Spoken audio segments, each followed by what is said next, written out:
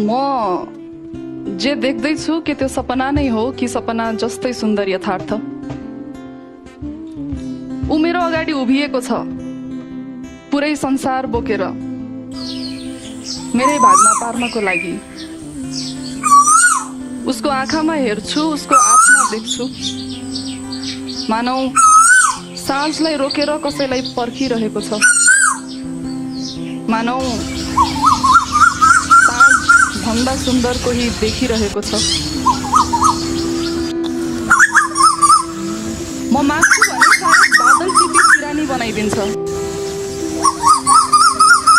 अनि त्यही सिरानीमा मेरो शिर अड्याई सबै ताराहरू बटुलेर मेरै ओछ्यानमाथि ल्याइ टाँगिदिन्छ।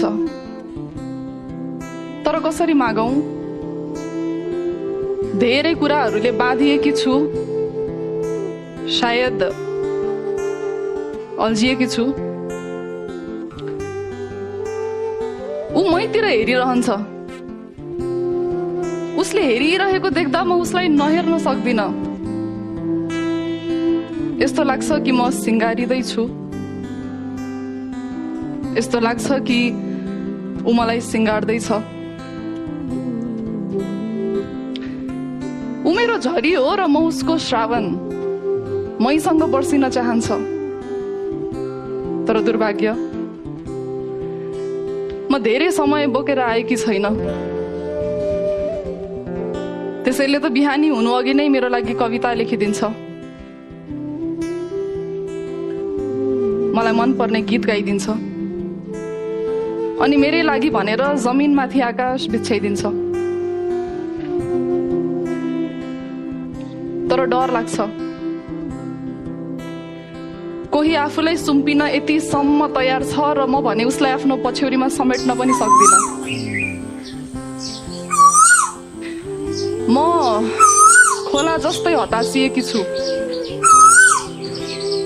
ऊ बगर जस्तै कुनामा बसी हेरिरहेको छ। खोला समुद्रसँग मिसिँदा खुसी हुन्छ कि बगरबाट टाढिँदा दुखी? खोलालाई पनि त मन छ होला कि एकटक अड्यौं, बगरलाई हेरौं, छातीमा टाँसौं, अँगालोमा बेरौं अनि 2 मिनेट भन्दै 1 शताब्दी बिताइदिउँ। तर उसको नियति नै यही हो कि ऊ बग्नुपर्छ। बगेर बगरबाट बढ्नु अघि एउटा बाचा चाहिँ गर्छु, तिमीसँग तिम्रो गाउँ घुम्न आउँछु। वनभरि फुलेका गुराँस हेर्न आउँछु, माथि कतै डाँडामा बसेर तल कतै फेदतिर झुलिरहेका हाम्रा अपुरा सपनालाई समेट्न आउँछु। मलाई हिमाल देखाउन लैजानु है, मेरो केशमा गुराँस सिउरिनु है। केही बेर जीवन त मलाई नि बाँच्नु छ, मेलामा घुम्नु छ, झलमल्ल परेका बत्तीहरूमा तिमीलाई हेर्नु छ, जुनसँग तिम्रो बारे रातभरि बात मार्नु छ। तर शीतको पहिलो थोपा खस्नु अघि फर्केर आउनु छ। अनि मेरा लागि न यी याद हुनेछन्, न सम्झना, जीवन हुनेछन् र म सधैँभरि यिनमै बाँचिरहनेछु।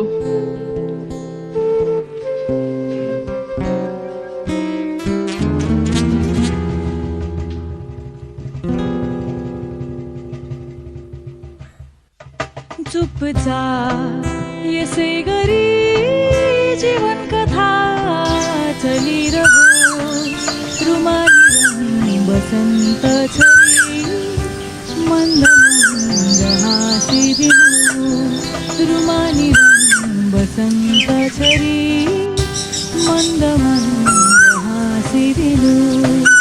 सुस्तरी यसै गरी यो हाम्रो प्रेम चलिरह्यो, रुमाली बसन्त छरी मन्द मन्द हाँसिदिनु, रुमाली बसन्त छरी मन्द मन्द